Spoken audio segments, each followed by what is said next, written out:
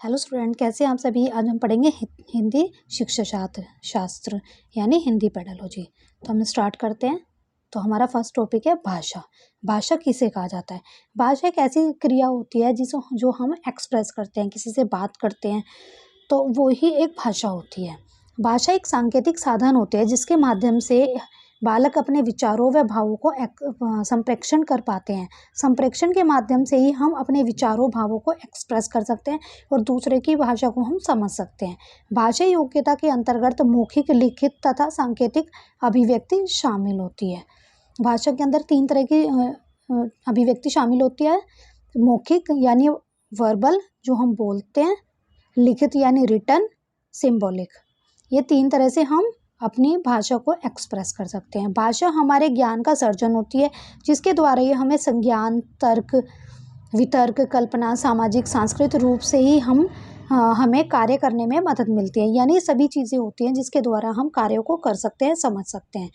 भाषा 3 प्रकार में होती है: मातृभाषा, राष्ट्रभाषा, राज्य भाषा। तो 3 तरह की होती है। एक होती है मातृभाषा। मातृभाषा वह होती है बच्चा जिस एनवायरनमेंट में जन्म लिया है जिसने, जैसे मान लो कोई हिंदी एरिया में जन्म लिया है जिसने, तो उसकी लैंग्वेज हिंदी रहेगी। जैसे दिल्ली में है, दिल्ली में दिल्ली में तो वैसे सभी भाषा बोली जाती है, लेकिन जिसका बर्थ हिंदी परिवार में हुआ है तो जहाँ की भाषा हिंदी है तो उसका लैंग्वेज हिंदी होगी। लेकिन अदरवाइज अगर हम साउथ में चले जाए, तमिलनाडु में, केरल में, कर्नाटक में, उनकी लैंग्वेज अलग ही होती है। तो बच्चों को वहीं की लैंग्वेज का ही आधार मानकर उसको पढ़ाया जाता है और बच्चों को वही भाषा आती है। तो फर्स्ट भाषा उनकी अपनी मातृभाषा होती है, दूसरी हिंदी भाषा सिखाई जाती है, तीसरी इंग्लिश होती है। जैसे मान लो दिल्ली में पहली भाषा हिंदी है, दूसरी इंग्लिश है, थर्ड है वो फॉरेन लैंग्वेज हो जाएगी। तो इस तरह से। लेकिन जो साउथ में है वहाँ की अपनी अलग भाषा होती है। तो पहली भाषा क्षेत्रीय भाषा, दूसरी इंग्लिश हो गई, तीसरी भाषा पहली भाषा हिंदी क्षेत्रीय भाषा, दूसरी हिंदी भाषा, फिर तीसरी इंग्लिश भाषा होती है। वैसे इन्हें क्षेत्रीय भाषा और इंग्लिश ज़्यादा आती है, तो कई बार हिंदी भाषा को तीसरी भाषा कहा जाता है, लेकिन हमारे संविधान में कहा है हिंदी भाषा को पहली या द्वितीय ही समझा जाए।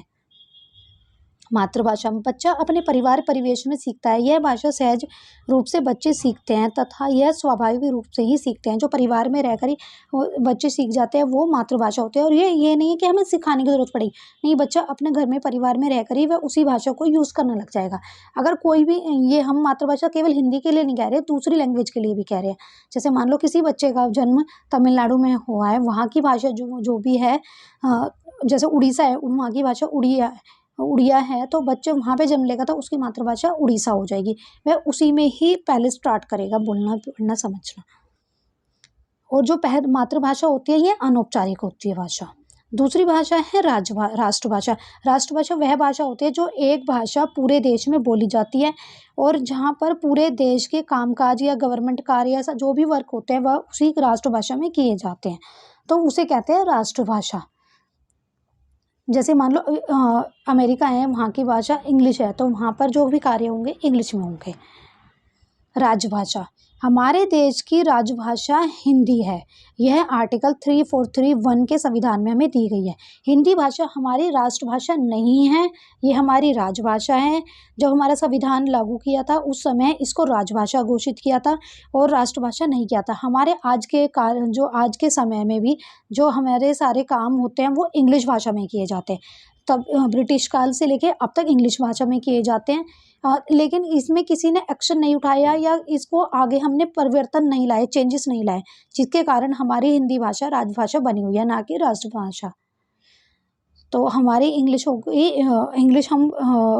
इंग्लिश भाषा में हमारे सारे वर्क होते हैं, गवर्नमेंट वर्क होते हैं, लेकिन हमारी जो हिंदी भाषा है वो अधिकतर राज्यों में बोली जाती है, ज़्यादातर सभी राज्यों में बोली जाती है, जिसके कारण वह राजभाषा है। ठीक है, तो आज हमने पढ़ा भाषा किसे कहते हैं। भाषा के 3 रूप, मातृभाषा, राष्ट्रभाषा, राजभाषा। तो आपको मेरी वीडियो कैसी लगी उसको लाइक करें, शेयर करें, सब्सक्राइब करें। Thank you.